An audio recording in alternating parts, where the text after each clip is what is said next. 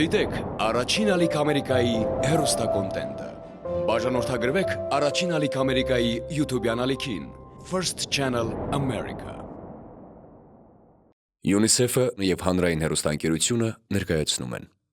Միանշանակ շրջապատը մեծ ազդեցություն ունի դեռահասի խառնվածի ստեղծման համար, որովհետև դեռահասը իր օրվա մեծ մասը անցկացնում է իր շրջապատի հետ, շրջապատից վերցնում է ցանկացած լավ կամ վատ բնավորության գիծ կամ ինչ-որ հատկություն, ու դրա ձևավորվում է ինքը արդեն ապագայում որպես անհատ։ Իմ կարծիքով շատ կարևոր է ծնողի կարծիքը քո ընկերոջ մասին, քանի որ նա ավելի մեծ փորձ ունի իր կյանքի ընթացքում եւ ես փորձում եմ միշտ իմ ծնողից հարցնեմ կարծիքը իմ ընկերների մասին։ Ըստ իս դեռահասը իր դեռահասության սկզբնական շրջանում չի կարողանում գիտակցել շրջապատի սպառնացող վտանգները, բայց կարծում եմ այս շրջանում իրականացվող յուրաքանչյուր իրադարձություն շատ մեծ ազդեցություն ունի դեռահասի ինքնագնահատականի ու անհատականության զարգացման վրա։ Եթե դեռահասը տանը իր շրջապատում իրան լավ է պահում, ազատ է զգում, ինչ-որ տենց ոչ լեգալ, ոչ անօրինական բաներ չի անում, առողջ է, լավ է իրան զգում, դա արդեն նորմալ է, ինքը լավ շրջապատ է ընկել։ Դեռահասության փուլում մեր զավակների ընկերական շրջապատը կարող է նկատելիորեն փոխվել։ Եվ իհարկե յուրաքանչյուր ծնող ուզում է, որ իր զավակն ունենա լավ ընկերներ, շփվի մարդկանց հետ, որոնք միայն դրական ազդեցություն կունենան նրա վրա։ Բայց արի ու տես, որ մենք միշտ չէ, որ ճանաչում ենք մեր երեխաների ընկերներին, նրանց ընկերները միշտ չէ, որ մեր սրտով են։ Փաստեր, որոնք շատ ընտանիքներում վերածվում են սերունդների կոնֆլիկտի։ Ինչ են փնտրում դեռահասներն իրենց շրջապատում և ինչից են վախենում ծնողները։ Ինչպես են դեռահասները ընտրում ընկերներ և ինչպես են ծնողները փորձում ազդել դեռահասի շրջապատի ընտրության վրա։ Քննարկում ենք ծնողական ժողովում։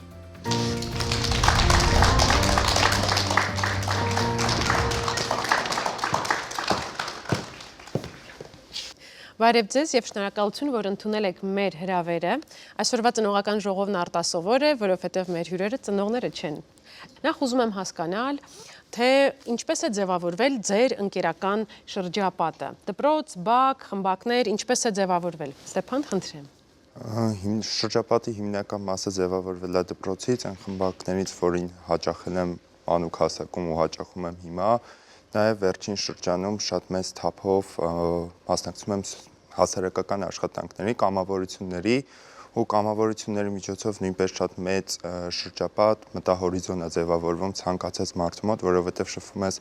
ցանկացած տեսակի մարդու հետ։ Այդ մարդկանց մեջից, երբ որ դու կարողանում ես հասկանալ, թե կոնկրետ որ տեսակի մարդու հետ ես դու ուզում շփվել, կամ որ տեսակի մարդու հետ նաև պետք է շփվես, ըստ դրա արդեն ձևավորվում է մեր շրջապատը։ Գիտեք, իմ շրջապատի հետ կապված իրականում բազմաթիվ խնդիրներ են ծագել, ինչպես բոլոր դեռահասների մոտ, բայց կարծում եմ յուրաքանչյուր սխալ իրավիճակ դեռահասին փորձում է դարձնել ավելի ուժեղ, դարձնի ավելի հասուն գաղափարներով ու մտքերով։ Այնինչ ասաց Գոհարը իրականում կոչվում է փորձ, երբ քո կյանքի ինչ-որ դիպվածների հիման վրա գալիս ես մի եզրահանգման ու ինքդ ես որոշում, որ այս մարդիկ լինելու են իմ մտերիմները և մյուսները ոչ։ Կհիշեք մի օրինակ, երբ ձեր փորձը, ձեր դիտարկումները օգնել են ձեզ կողմնորոշվել, որ ձեր ընկերը դրսևորում է մի վարքագիծ, որի հիման վրա դուք որոշում եք կայացնում, որ դադարեցնում եք շփումը։ Տենց դեպքը շատ չի եղել իմ կյանքում, բայց եղել է, որ այդ մարդը ինձ հետ է քաշում իմ գծից, չի թողում ես զարգանամ ու հասկանում եմ, որ այս մարդու հետ ես չունեմ ընդհանուր շփվելու բան ու աստիճանաբար իրան իմ կյանքից հանում եմ, որ ես զարգանամ ու իմ կյանքով ապրեմ։ Սա երբեմն դեռահասի որոշումն է, երբեմն մեծահասակների ազդեցությունը։ Կխնդրեմ վերլուծենք, արդյոք մեծահասակների միջամտությունը կլինի ավագ քույր-եղբայր, ծնող, մանկավարժ, նման ֆիլտր կարող է հանդիսանալ ձեզ համար, թե դուք որոշում եք, որ միակ պատասխանատուն դուք եք, խնդրեմ։ Իմ կարծիքով ոչ միայն ես եմ պատասխանատու, այլ իմ ծնողները, մեծ քույրերը, որոնք ավելի մեծ փորձ ունեն ընկերների հետ կապված, եւ հիմնականում ես որ ինչ-որ նոր ընկեր եմ ունենում, պատմում եմ իմ ծնողներին եւ հարցնում եմ իրենց կարծիքը, բայց նաեւ ես կարող եմ ինքը զգալ ինքը իմ մարդն է, թե ոչ, հետեւաբար եթե ես զգում եմ, որ մարդը իրան սխալ է դրսևորում եւ դա չի ընդունում, ես փորձում եմ մի քիչ ավելի հեռու պահել ինձնից իրեն։ Ծնողները հաճախ քննարկում ու քննադատում են երեխաների ընկերներին, չէ։ Ուղիղ տեքստով կարող են ասել, որ այս տղան, այս աղջիկը ինձ դուր չի գալիս, ինչ որ պիտակներ կպցնել տվյալ մարդուն, ինչ որ որակումներ տալ, կարող են դա անել ավելի ծածուկ կերպով, բայց ցույց տալ, որ վերաբերմունքը բավականին սառն է որոշ վերապահումով։ Դուք ինչպես եք արձագանքում, երբ լսում եք ծնողների կողմից նման մեկնաբանություններ։ Մեկնաբանելը ընկերոջ, չգիտեմ, քուր, եղբայր կամ ցանկացած մարդու համար դա նորմալ է։ Անձամբ ես, երբ որ իմ ծնողներից ինչ-որ մեկը կամ ավակ եղբայր, ավակ ընկեր թեկուզ ասում եմ, որ օրինակ տես այս մարդը սենց արարքագործել, որը այդքան էլ ճիշտ չի, ես դա ընդունում եմ որպես իգիտություն, բայց հետո արդեն իմ ներսում ես հասկանում եմ արդյոք այդ մարդու արարքը կամ այդ մարդը պատճառ ունեցել է նման արարք գործելու, թե չէ։ Այսինքն ես կարող եմ լսել նրանց խորհուրդները, բայց իմ ընդունած որոշման համար առաջին հերթին պատասխանատու եմ լինելու ես։ Ուղղակի լինում են մարդիկ, ովքեր լավ չեն ճանաչում քո ընկերոջը ու հնարավոր է իրանք մակերեսային են նրան գնահատում, որովհետև հնարավոր է այդ մարդը խորքից շատ ավելի լավն է, քան իրեն ցույց է տալիս։ Կոնկրետ ես ունեցել եմ այդպիսի ընկերուհի, մի դասատու կար, որ ասում էր նա այդ մի շփվի, հենց տեսնում էր ես նա այդ ասում դու սխալ ես անում, բայց ես կոնկրետ ասում եմ, որ ինքը իրականում շատ լավ ընկեր էր եւ իմ ծնողներն էլ էին նրան հավանում, բայց հիմնականում ես իմ ճանաչած մարդուն փորձում եմ ինքս հասկանալ, պահեմ ինձ մոտ թե ոչ, շփվեմ թե ոչ։ Քիչ անց կվերադառնանք մեր քննարկմանը, իսկ այս պահին ուզում եմ ընդլայնել մեր զրույցի մասնակիցների շրջանակը։ Դուրս գանք մեր երկրի տարբեր քաղաքների ու գյուղերի փողոցներ ու լսենք ձեր հասակակիցներին եւ մեծահասակներին։ Գլխավոր հարցը՝ միֆ է թե իրականություն, որ դեռահասի ընկերները կարող են ազդել նրա վարքի, սովորությունների եւ արժեքների վրա։ Դա իրականություն է, ընկերները շատ մեծ դեր են խաղում դեռահասների կյանքում։ Կարող է ազդի, կարող է չազդի։ Այո, կարող է ազդել, ինքս ունեմ այդ տարիքի դեռահասներ, միանշանակ շրջապատը ազդում է եւ վարքի վրա, եւ որակի վրա, եւ մտածելակերպի։ Նայած մարդու տեսանկյունից էլի, իմ համար որ չէ, այդ միֆը։ Իրականություն, որովհետև դեռահասը առաջնորդին իր ընկերական շրջապատում է ձևավորվում ու ընկերները իհարկե կարող են ազդել։ Միանշանակ կարող են շրջապատը մեծ դեր ունի անհատի կայացման գործում։ Իհարկե, բնականաբար, որովհետև դեռահասը իր ժամանակի մեծագույն մասը անցկացնում է իր ընկերների հետ իր շրջապատում։ Դե բնականաբար մեզ կերտում է նաև մեր շրջապատը ու թե ում հետ կշփվենք, բնականաբար մեզ բավականին բաներ է սովորեցնում։ Այո։ Եվ ասեմ, որ վատով ավելի շատ են ազդում, քան լավով։ Այո։ Նամանավանդ հիմա մի քիչ շատ ավելի բարդ է, դրա համար հսկողություն պիտի շատ լինի ծնողների կողմից։ Կարծում եմ որոշակի առումով այո, որովհետև երեխաները բացի ընտանիքից նաև դրսում ընկերների հետ են շփվում ու կարող են նմանակել, ինչ որ բաներ սովորել, կարծում եմ որոշ առումով հա։ Կարող են, բայց շատ հաճախ մայրիկների օգնությամբ էլ կարան հասկանան, որովհետև մայրիկներ հասկանում են էլի, ով է ավելի լավ ընկեր, ով չէ։ Կարան գիտակցեն այդ ամենը հասկանան, կարան եւ չգիտակցեն չհասկանան։ Անպայման, միանշանակ իրենք գուցե եւ զգան, գուցե եւ լավն ու վատը տարբերակեն, բայց ամեն դեպքում ազդեցության տակ իրենք անեն իրենց ոչ համապատասխան, ոչ հարիր գործողություններ, այդպես էլ է լինում։ Իմ տարիքային տղաները արդեն հասկանում են, էլի ում հետ շփվեն, ինչի համար շփվեն։ Իսկ տարիքից փոքրերը, այո, ինչ չէ։ Իսկ ինձ տարիքով փոքրերը չէ, ծնողների խորհրդակցությամբ էլի։ Այո, օրինակ ես ինքս եմ հասկանում, թե որն է իմ ընկերների մեջ լավը, որը վատը, ու ես եմ որոշում, թե ինչ օրինակ վերցնեմ իրենցից։ Կարող են, միանշանակ կարող են։ Կարծում եմ կարող են, բայց որոշ չափով իրենց պետքա մեծի օգնությունը։ Դե կարող են, բայց հիմնականում փոխազդում է էլի շրջապատը կամ ընտանիքը մարդու ձևավորման վրա։ Իրանք չեն տարբերում ու ցավոք սրտի ծնողին չեն լսում, ծնողի ասածը չգիտես ինչի չեն ընդունում, բայց իր շրջապատի մյուս դեռահասների վատը ավելի շատ են ընդունում, քան ծնողի տված պետքական խորհուրդը։ Չեն կարող, ավելի շուտ ոչ թե չեն կարող, այլ ծնողը պետք է սովորեցնի, որ ինքը դա հասկանա, ինչն է լավ, ինչը վատ։ Դուք դիտում եք ծնողական ժողովը, այսօր մեր տաղավար հյուր են եկել հրաշալի պատանիներ ու աղջիկներ, որոնց հետ փորձում ենք հասկանալ, թե որքանով է շրջապատը ազդում դեռահասի զարգացման վրա։ Որպես մեր քննարկման շարունակություն այսպիսի մի հարցադրում կհաստատեք, թե կհերքեք այն կարծիքը, որ ընկերները կարող են ազդեցություն ունենալ օրինակ մեր ճաշակի ձևավորման վրա, մեր սովորությունների, մեր արժեքների, հայացքների։ Ստեփան, Միանշանակ Բայց կան երեխաների երկու տեսակներ, ինչքան էլ հիմա ցավոտ թեմա լինի, կան երեխաներ, որոնք իրենք առաջնորդներ են իրենց տեսակով, ու կան երեխաներ, որոնք հետևում են։ Եթե լսող ենթարկվող երեխան գնում է օրինակ նույն կամավորության, առաջնորդը իրեն կարող ասի, այդ ինչ բան է, խեց գնում, անվճար ինչ-որ բան ես անում, ու այդ երեխան հաջորդ անգամ, թեկուզ ինքը իր հոգու խորքում ասի, բայց շատ հավես էր, տես նոր մարդկանց հետ ծանոթացա, նոր ընկերներ, ծանոթներ ձեռք բերեցի, հաջորդ անգամ չի գնա ուղղակի։ Դրա համար նախ պետքա ցանկացած մարդ իմանա, որ ինքը հավասար է մյուսին, ոչ մեկ ավել չի։ Եվ փորձելու իրավունք բոլորն ունեն։ Բոլորը հնարավոր է ես սեփական կարծիքը պնդելու իրավունք բոլորն ունեն։ Օրինակ ես շատ եմ հետաքրքրված գիր գրականությամբ, գրում եմ տարբեր փոքրիկ բանաստեղծություններ ու հասկացա, որ արդեն մի քանի օր անց, մի քանի շաբաթ անց իմ ընկերները, իմ շրջապատը եւս սկսում է հետաքրքրվել գրականությամբ, սկսում են կարդալ տարբեր գրքեր ու փորձում ենք այդ ամենը քննարկել։ Այսինքն ես հասկացա, որ եթե որևէ դեռահաս սերմանում է ինչ-որ մեկի մեջ լավ սովորություններ, դա մնում է հավետ։ Ու կարծում եմ, որ ցանկացած դեռահաս պիտի փորձի իր դիմացինին միմիայն լավը մաղթել ու լավը սերմանել։ Մի քանի անգամ արդեն հիշատակեցինք, որ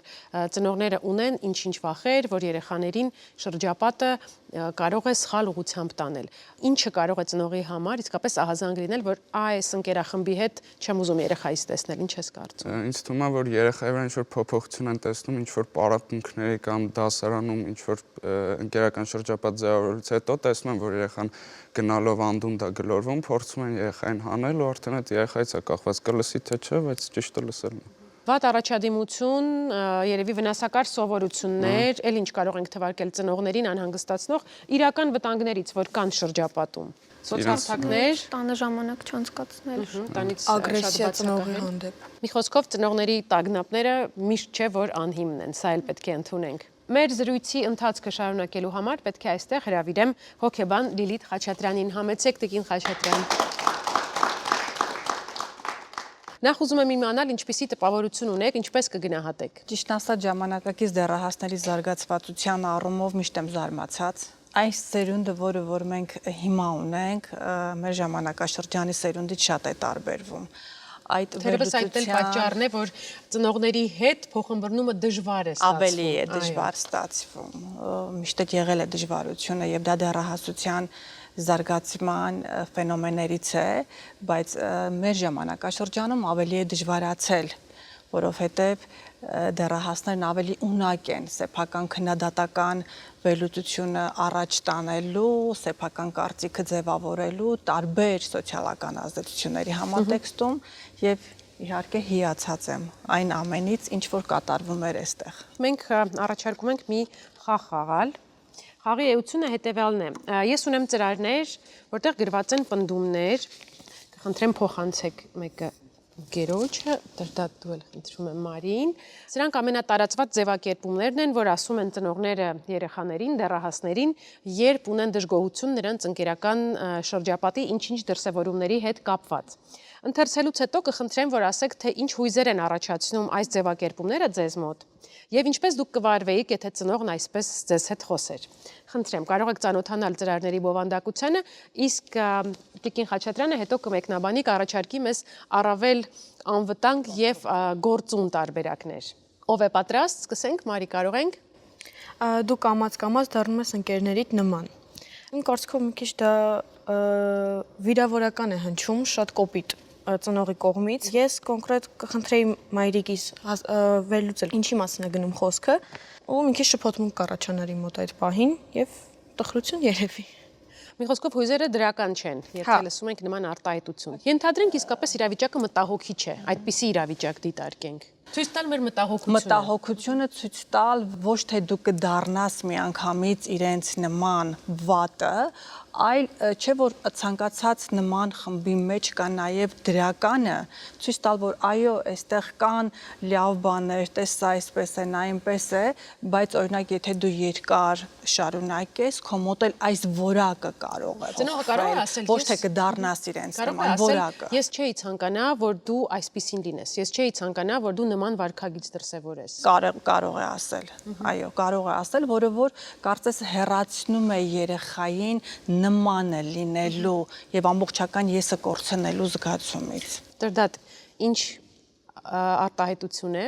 Ոնց կարող ես ուզել սովորել, ինչ որ բանի հասնել, եթե դրանք են քո ընկերները։ Ինձ թվում է այդքան էլ ճիշտ ձև չի երեխային ասելու, սրա փոխարեն ավելի լավ կլիներ ասել ինձ թվում է դու այդ ընկերների հետ կարաս շարունակել շփվել, բայց նաև դու պետքա քո ուսման վրա ուշադրություն դարձնես, ավելի լավ սովորես, թե չէ այդ ընկերներդ քեզ անդադ հետ քաշելով, եթե այդ ընկերներն են իսկական պատճառը, կարող է ուրիշ պատճառ էլ լինի, ընկերները չլինեն, բայց պետքա այս ասելուց հետո արդեն երեխան փորձի ձգտել ավելի լավ ուսման, որպեսզի ապացուցի, որ կարող է ընկերները կապ ունեն, կարող է չունեն։ Այս ձևակերպումը քեզ մոտ հակազդեցություն կառաջացներ։ Կառաջացներ, որովհետև այս ձևով համ այդ ընկերներից կարող է հիասթափվել, համ էլ ուսմանից երկուսից էլ կհրաժարվեր։ Կրկին եւ զայրույթ եւ իրավորանք այս դեպքում եւ ամոթի զգացում, բացասական բոլոր զգացումները կարող են միաժամանակ առաջանալ։ Շատ լավ ձևակերպում էր։ Այստեղ կշեռքի նժարներին մի կողմից ընկերությունն է, մյուս կողմից առաջադիմությունը։ Ծնողը ուզում է ընդգծել, որ այս ընկերախմբի հետ շփվելով նկատում եմ, որ հաջողություններդ նվազում են կամ հաջողություններից չես ձգտում։ Ինչպես բալանսավորել շփում, ընկերություն եւ ուսում։ Ծնողի մտահոգությունն այն է, որ երեխան առաջվա պես լավ չի սովորում, եթե կարճ ձևակերպենք։ Եվ հենց այդպես շատ պոզիտիվ ձևակերպում է, օրինակ նկատում եմ, որ երկար իրենց հետ շփման արդյունքում առաջադիմությունը նվազել է։ Եկ միասին ուշադրություն ավելի դարձնենք օրինակ ուսմանը, հասկանանք ինչն է քեզ խանգարում։ Այս ձևակերպումներով իհարկե երեխային այսպես կուղորդի դեպի ավելի ուսումնական գործունեությանը, չնվաստացնելով ընկերախմբի ազդեցությունը եւ անձի լիարժեքության զգացմանը։ Այս ձևակերպման մեջ պատահական չենք առաջարկել դրանք դերանունը, այսինքն ծնողը նսեմացնում է, նվաստացնում է ընկերներին, որն էլ պատանու երիտասարդի մոտ կարող է իսկապես հակազդեցություն բայց այնուամենայնիվ դեռահասի ինքնության հարցերը լուծվում է ընկերախմբում եւ դեռահասը եթե ընտրել է ընկերներ, դա նույնացման process է, ինքնության լինելիության process է, որ ինքը իր ամբողջական եսի ընկալումը դիտարկում է որպես այդ ընկերախմբի մի մաս, ցանկացած բացասական կոմենտ, որը որ ուղղվում է ընկերախմբին, ինչ տեսակ ուզում է լինի, անմիջապես նվաստացում է գնում սեփական եսի զգացմանը։ Եթե նույնիսկ այն օբյեկտիվ է դիտարկում։ Այո, դրա համար նույնիսկ այդ դեպքերում պիտի գտնել դրական ինչ-որ մի բան, որը որ արկա է այդ ընկերախմբում, քննարկել որոշակի վարքային դրսևորումներ, առանձնահատկություններ, որոնք որ կարող են բացասաբար ազդել ոչ թե այդպես անմիջական եւ ամբողջությամբ դսեմացնել եւ արժեզրկել այն ինչի մեջ որ դեռահաս իրեն լավ է զգում։ Տեսնենք ինչ տարբերակ է Գոհարի մոտ։ Մի հատ քեզ նայրու նրան, նա քո մակարդակին չէ եւ արժանի չէ լինել քո կողքին։ Ըստ իս նման կոնտեքստով խոսքերը եւս բացասական էմոցիաներ կառաջացնեն ու բացասական փոխհարաբերություն ծնողի ու երեխայի միջև, որովհետեւ պիտի լինի հարգանք փոխհարաբերությունների մեջ ու հետագայում ընկեր ընտրելու հարցում, ընկերներ ձեռք բերելու հարցում սա ինչ որ մտավախություն կառաջացնի դեռահասի մեջ ու կարծում եմ, որ այստեղ ծնողը պիտի կարողանա գիտակցել, որ այս շրջանը ամեն դեպքում հավերժ չէ, մի փուլ է, որի ընթացքում իր աջակցության շնորհիվ երեխան պիտի ձևավորի իր ինքնագնահատականը, անհատականությունը ու դառնա ավելի հասուն։ Այս դեպքում ի համեմատ մյուս այսպես դիրքորոշումների ավելի պոզիտիվ երանգ կա այն առումով, որ այնուամենայնիվ բարձրացնում է, հա, երեխայի եսը, դու քեզ նայի, այո, մեծամտության եւ այսպես կարծես թագ է դնում երեխայի գլխին, որ դու ամենալավն ես, դու քեզ նային, այո, եւ ձևավորում է մի վերաբերմունք, որ ես ամենալավն եմ, մյուսները ամենավատն են։ Շատ ընտանիքներում է այդպես արվում։ Այստեղ ուղղակի պետք է նշել, որ այո, ես տեսնում եմ քո մեջ շատ արժանինքներ, դրական որակներ, դու ունես այս, բայց զգուշ եղիր գուցե, որ հանկարծ իր այդ բացասական որակը չվերցնես քեզ եւ կարողանաս հասկանալ, որ իր այս կամ այն հատկանիշը բացասական է եւ կարող է բացասաբար ազդել։ Ընդամենը սա է պետք։ Ստեփան, ծանոթանանք քո ծրարի պարունակությանը։ Գոնե գիտես ում հետ է շփվում, կարող է էկրանի հակառակ կողմում այլասերված մեկն է։ Ինչ հույզեր է առաջացնում եւ ինչ վարքագիծ։ Վիրավորանք իմ հանդեպ, վիրավորանք ծնողիս հանդեպ։ այսինքն ես այնքան վստահության արժանի չեմ, որ ծնողը վստահի ինձ, ես այնքան հասուն չեմ, որ հասկանամ, թե ում հետ եմ շփվում ու ինչպես եմ շփվում, բայց հանուն արդարության պետք է ասեմ, որ մտահոգությունը շատ ճիշտ է։ Ես ունեմ փոքր քույր ու ամեն անգամ նույն արտահայտությունը, ինչքան էլ հիմա վիրավորական է, թե իմ հանդեպ, թե քրոջս հանդեպ, թե ծնողներիս հանդեպ, ես եմ անում, որովհետև այս հարթակները, on-line հարթակները իրենք շատ վտանգավոր ու չվերահսկելի է։ Դու կարող ես շփվես 10 տարեկան աղջկա հետ, բայց պարզվի, որ հեռախոսի մյուս կողմում նստած է 40 տարեկան մեծ մարդ, որը 10 տարեկան աղջկա նկարով քո հետ շփվում է։ Դրա համար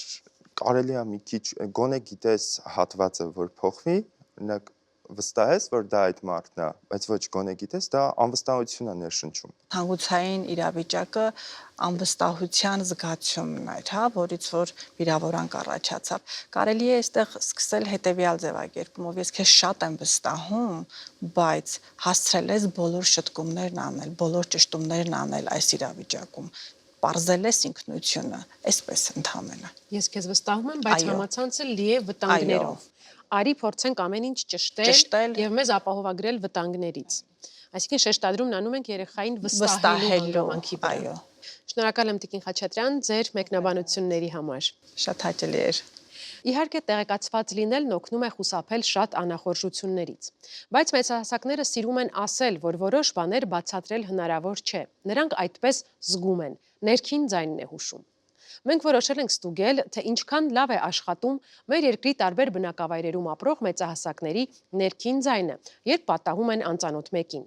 Մենք մոտեցել ենք պատահական անցորդների ու ցուցադրել երկու մարդկանց լուսանկար։ Մեկը սերիական մարդասպան է, մյուսը հերոս, որը փրկել է մոտավորապես 700 երեխայի կյանք։ Հետաքրքիր է, քանի հոգի կկողմնորոշվի, թե ով է, ապավինելով իր ներքին ձայնին։ Ես ձեզ հիմա ցույց կտամ երկու մարդու լուսանկար, նրանցից մեկը հերոս է, որը երկրորդ համաշխարհային պատերազմի ժամանակ փրկել է 700 երեխայի կյանք, իսկ մյուսը սերիական մարդասպան է։ Արդյոք կկարողանաք գուշակել, թե նրանցից որն է սերիական մարդասպան եւ որը հերոս։ Սա կարծում եմ մարդասպանն է, սա հերոսը։ Չգիտեմ, այդպես զգացի, ավելի բարի աչքեր ունի, ինձ թվում է։ Ճիշտ է։ Իմ կարծիքով սաղ նկարում գտնվողը սերիական մարդասպան է, իսկ աջ նկարում գտնվողը համաշխարհային հերոս։ Ինձ մոտ մի փոքր վախ ներշնչեց առաջին մարդու հայացքը, իսկ երկրորդ մարդու հայացքի մեջ այդ չնկատեցի ես։ Սա հերոսն է, սա մարդասպանն է։ Աչքերից, հայացքից։ Կարծում եմ ձախ կողմինը հանցագործն է, իսկ աջ կողմինը իհարկե հերոսը։ Այդ ժամանակներին բնորոշ կերպար, հագուստով, կիրթ, դաստիարակված մարդու ինչ-որ տեսք։ Իսկ ձախ կողմինը տեսքից էլ ենթադրելով, չգիտեմ, անխնամ, չգիտեմ, աչքերից էլ ելնելով, կարծում եմ մարդասպանն է։ Ես ձախ թևինը ինձ թվում է հերոսն է։ Այ շատ նայա նման հերոսի, շփիթը բա, նպարտ մարդ է, էլի։ Նայել, ասենք, տենց, ափսոս որ մեկն ու մեկը մարդասպան են, իսկ ասենք նենց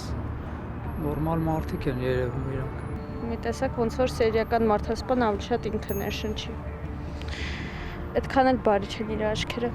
Ժպիտն էլ դա դեռ ոչ մի բան չի նշանակում։ Ну, ըստիս չգիտեմ, ինչքանով եմ ճիշտ։ Ես տենց եմ կարծում, Dead Band-ին է ինչ-որ ձևով նման։ Ես կարծում եմ այս կոկիկ հագնված մարդն է, սերիական մարդասպանը, որովհետև ամեն ինչ շատ ավելի դետալնի է։ Իմ ինտուիտիվ, եթե բանը հասնում է դրան, իմ ինտուիցիվ կասեմ, որ այս անձնավորությունը ագնոսներով եւ բանով ամեն ինչը շատ մանրակրկտորեն բանա մանիակալ էլի դեպրեսիվ ինչ-որ բաներ կա, մանրուքներին ուշադրություն է դարձրած։ Իսկ նրա ժպիտը ավելի անկեղծ է, աչքերով է ժպտում, այդպես։ Սա այս մարդը փրկիչը, իրա խոհեմ խելացի հայացքից, իսկ ասենք մանյակները հաճախ են իրենց այդ ժպիտի իր ամեն դեմքի տակ շատ բան է թաքնվում։ Իմ կարծիքով սերիական մարդասպան է ինքնը, հերոսը ինքը, աչքերով, ինձ թվում է տենց։ Իրականում ճիշտ գուշակեցիք, Իրականում սխալվեցիք։ Ցավում եմ, որ չգուշակեցի։ Ճիշտ գուշակեցիք, ինքը հենց Թեդ Բանդին է։ Okay. Սխալվեցիք, որովհետև առաջինը սերիական մարդասպան է, երկրորդը հերոս։ Դուք ճիշտ գուշակեցիք, իրականում սխալվեցիք։ Ժպիտը խաբեց ինձ փաստորեն։ Դուք ճիշտ էիք, իրականում սխալվեցիք։ Խափնվեցինք էլի հագուստին տեսքի։ Ծնողական ժողովին միացել է հեռուստահաղորդավար Մամիկոն Սիմոնյանը։ Ողջույն Մամիկոն։ Ողջույն Աննա ջան։ Ինչ ես կարծում, մենք կարող ենք օգնել մեր երեխային գտնել ճիշտ մարդկանց, ձևավորել ճիշտ շրջապատ, որտեղ դոմինանտ կլինեն այն արժեքները, այն սկզբունքները, որոնք մեզ համար են ընդունելի։ Սա ճիշտ տարբերակ համարում ես։ Շատ լավ կլիներ, եթե գոնե մենք կարողանայինք ինքներս մեզ օգնել ամենատարբեր հարցերում։ Ես իմ կյանքի ընթացքում իմ ճիշտն ու սխալը 1000, 100,000 անգամ ամեն օր նայում եմ, նորից կասկածում եմ, նորից հաստատում եմ, նորից հերքում եմ, ինչ կուզեի փոխանցել իմ երեխային, ոչ թե արդյունքը, որ այս է ճիշտ, որովհետև դե արդյունքում երբեք էլ պարզ չի թե ճիշտը որն է, սխալը որն է, որովհետև ճիշտը որոշում է ժամանակը այնուամենայնիվ, այլ կուզեի փոխանցել այն փորձառությունը, որի միջով անցնելով ես սրան հասել եմ։ Եվ օգնությունս գուցե հենց դա լիներ, որ ոչ թե ինչ-որ ավարտուն, հաստատուն, համոզումով բաներ ասեի, որն է ճիշտ, որն է սխալ, այլ ցույց տայի, թե երբ ես ունեմ հարց, արդյոք սա ճիշտ է կամ սա սխալ, ինչ ճանապարհով կամ ինչ ձևով եմ ես փորձում այդ հարցի պատասխանը գտնել, նաև ցույց տալով ազնվորեն, որ երբեմն չի ստացվում գտնել։ Հարցը հենց այդ օգնության մասին է, որ ես օգնեմ իմ երեխային, որ ինքը, չգիտեմ,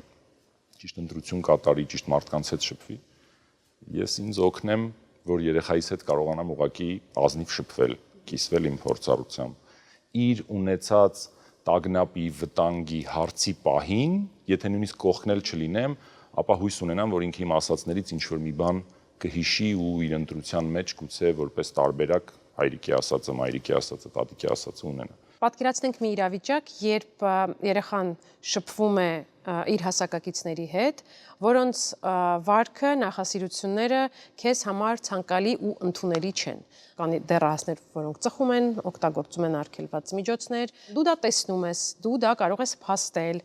Այս պարագայում ծնողի մարտավարությունն ինչպիսին պետք է լինի։ Երևի իմ կյանքում, իմ կարիերայում արված եթե ինչ-որ արժեքավոր բան է եղել, դա կապված է եղել երեխաների հետ, այդ թվում մանկական միջոցառումներ, մանկական ամսագիր, մանկական հեռուստախաղ, եւ ինձ թվացել է, որ մինչեւ հայրիկ դառնալը, որ ես բավականին այտենց ինֆորմացված եմ։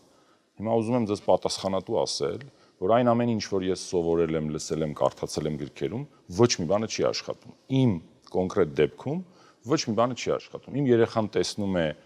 լրիվ ուրիշ բան, իր վարքը լրիվ ուրիշ է։ Ես դա պիտի հələ փորձեմ ընդունել, որտեղ ամենադժվարը ընդունելն է։ Ես սովորում եմ ընդունել իմ երեխային, որ ինքը կարող է ընդհանրապես իմ նախասիրություններից հեռու հագուստ կրել, ուրիշ ոճով խոսել, եւ երբ ես փորձում եմ ընդունել նախ իմ երեխային, ոչ թե իր շրջապատը, ես այդտեղ հասկանում եմ, որ ես հələ լիքը խնդիր ունեմ իմ ու երեխայիս հարաբերությունները կարգավորելու, որից հետո ես անցնեմ նոր տեսնեմ իր շրջապատում, ով ինձ դուր չի գալիս։ Փորձ ցույց է տալիս, որ լավագույն էֆեկտիվությունը առաջանում է զրույցի ժամանակ, երբ դու կարողանում ես երեխային, դու էլի մեր ընդունելիքն է, ես պիտի ընդունեմ երեխային որպես մտածող, առանձին, այսքան փորձառությամբ մարդ, որի հետ պիտի կիսեմ իմ մտահոգությունը, ես իմ տղային ասում եմ, որ իմ անհանգստությունը սա է։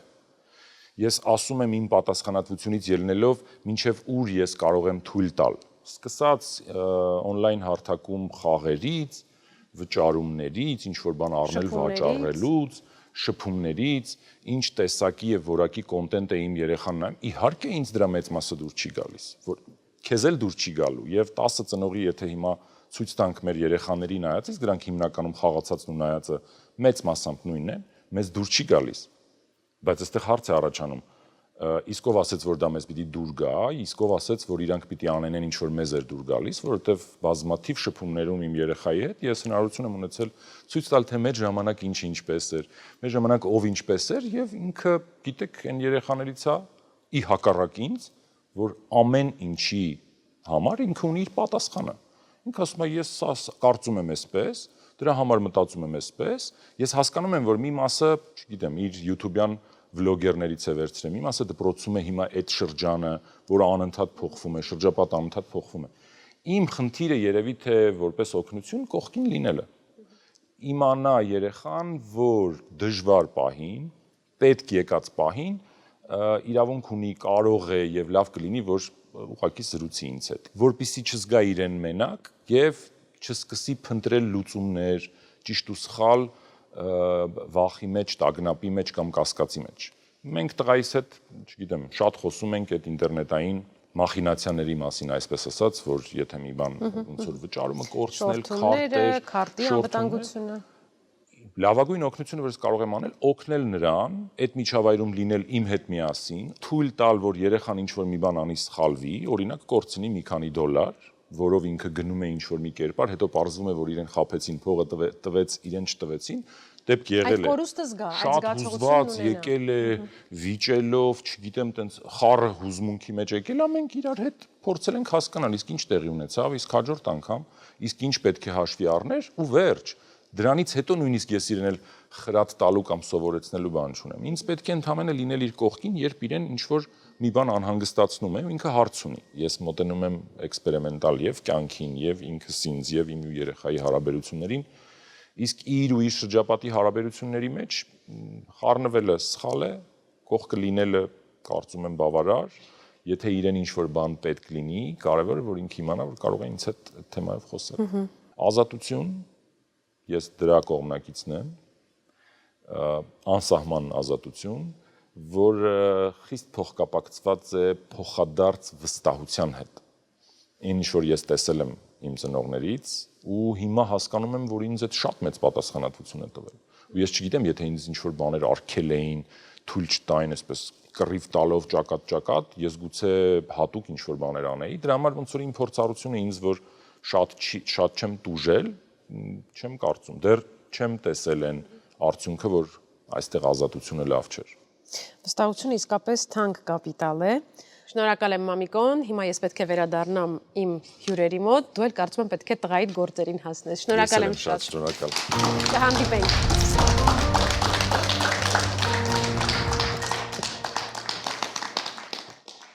Սրտակից ընկերը արյունակից հարազատից էլ թանկ ու կարևոր կարող է լինել։ Սա անբեկանելի արժեք է։ Բայց քանի դեռ երեխաներն անփորձ են ու շատ հարցերում խոցելի, ծնողներն արդարև անհանգստանում են, թե ում հետ են ժամանակ անցկացնում իրենց զավակները։ Նրանց մի փոքր կհանգստացնի միայն այն միտքը, որ իրենց զավակները գիտեն ում եւ ուր դիմել, եթե կհասկանան, որ հայտնվել են վատ շրջապատում կամ որ իրենց սպառնում է որևէ վտանգ։ Խնդրեմ, Մարի։ Ամենաառաջնահերթ կոնկրետ ինձ համար ամենամեծ օգնական իմ կյանքում դա ծնողն է։ Նայած ինչ իրավիճակ է, որովհետև հնարավոր է, որ ծնողը չկարողանա օգնել, օրինակի համար կարողանա օգնել մեծ քույրը, ինչու ոչ։ Տարբեր իրավիճակներում տարբեր մարդիկ կարող են օգնել, բայց հիմնականում դրանք ծնողներն են։ Այլ վստահելի մեծահասակների տարբերակ դիտարկում ես արդյոք մանկավարժ, մարզիչ, դպրոցի հոգեբան, կգնաս օգնություն եւ խորհուրդ խնդրելու։ Կգնամ մարզիչի մոտ, ինձ թվում է, որովհետեւ մարզիչի հետ ավելի անմիջական է շփվում, քան օրինակ ուսուցչի կամ այլ պաշտոնի մարդու հետ, ինձ թվում է մարզիչը այդ բոլորից անլավը կլինի։ Մենք արդեն իմացանք ով է քո վստահելի մարդը քո շրջապատում, ով է կարողացել վստահելի հարաբերություն ձևավորել։ Կան ձեր կարծիքով բացի ընտանիքի անդամներից, քույրերից ու եղբայրներից մասնագետներ, ում պետք է դիմել, եթե անձամբ դուք եք հայտնվել որևէ վտանգավոր իրավիճակում կամ ձեր ընկերները։ Կարծում եմ ծնողներից բացի հետո արդեն տատիկ-պապիկն է, որովհետև իրենք ավելի մեծ են, ունեն կյանքի մեծ փորձ ու ամեն դեպքում մեզ կկարողանան տալ այնպիսի խորհուրդներ, այնպիսի դասեր, որոնք մեզ շատ պետք կգան ու արդյունավետ կլինեն կյանքում օգտագործելու համար։ Այդ իսկ պատճառով միմիայն ծնողները չեն, որոնց կարող ենք վստահել։ Դիտարկում ես արդյոք իրավապահ մարմինների ներկայացուցիչներին դիմելու տարբերակը։ Որպես ապակա իրավաբան պետք է ասեմ, որ այո, Բայց մեր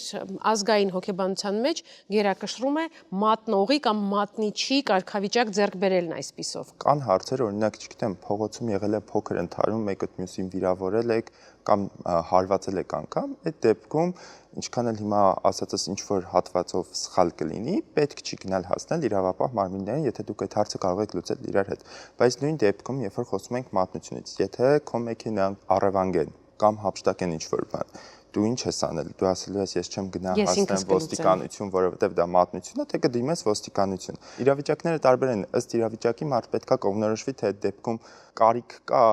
ավելի ծանրաբեռնել թե համակարգը, թե իրենց կյանքը եւ թե ընդհանրապես հասարակության այդ հատվածին, թե ոչ։ Մեր հորդորը հետևյալն է. չմեկուսանալ,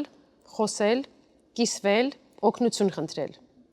Վստահել մեծահասակներին, ունենալ վստահության մթնոլորտ ընտանիքում, դասարանում, մանկավարժների հետ, այսինքն այնուամենայնիվ կարևոր ենք մեծահասակների դերն ու կարծիքը մեր կյանքում եւ անենք մեր սեփական եզրահանգումները։ Շնորհակալ եմ շատ, որ այսօր մեր տաղավարում եք։ Իսկ մենք կհանդիպենք հաջորդ ծնողական ժողովում։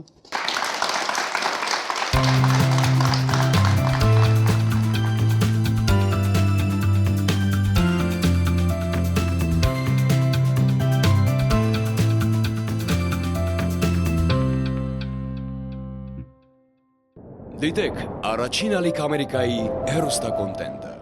Բաժանորդագրվեք առաջին ալիք Ամերիկայի YouTube-յան ալիքին First Channel America։